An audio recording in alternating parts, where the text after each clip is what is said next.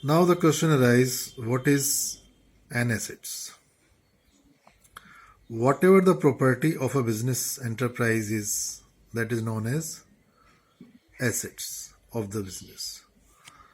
For example, you are having your own assets at home, your land, building, machinery, motor car, motorcycle, these all are your assets. In the same manner, a business enterprise is having property, its land, its building, machinery, plant, furniture, these all are assets. Assets is of different types, different categories.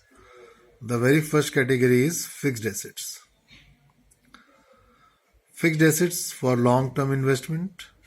For example, your land is a fixed asset, building, fixed asset, motor car, furniture, tractor trolley, these all are fixed assets. Now these fixed assets are of two types, tangible assets and intangible assets.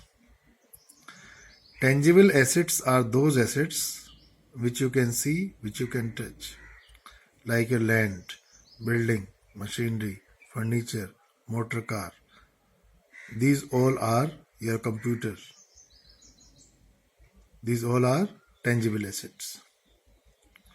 Now we come to intangible assets. Intangible assets are not having physical existence. You cannot see, but you can calculate it. For example, the goodwill. Goodwill means the reputation of the firm. Patents, copyright, trademark. The software which you are using in your computer, it is also a intangible assets. You cannot see intangible assets, but it is a valuable assets. Then we come to current assets. Current assets means those assets which you can convert into cash within 1 year. That is known as current assets. Now we come to liquid assets. Liquid asset can be quickly converted into cash.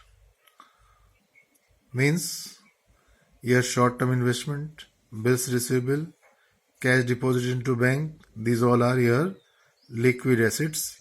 You can convert it into cash immediately. Now we come to wasting assets. Wasting assets which are consumed through being used.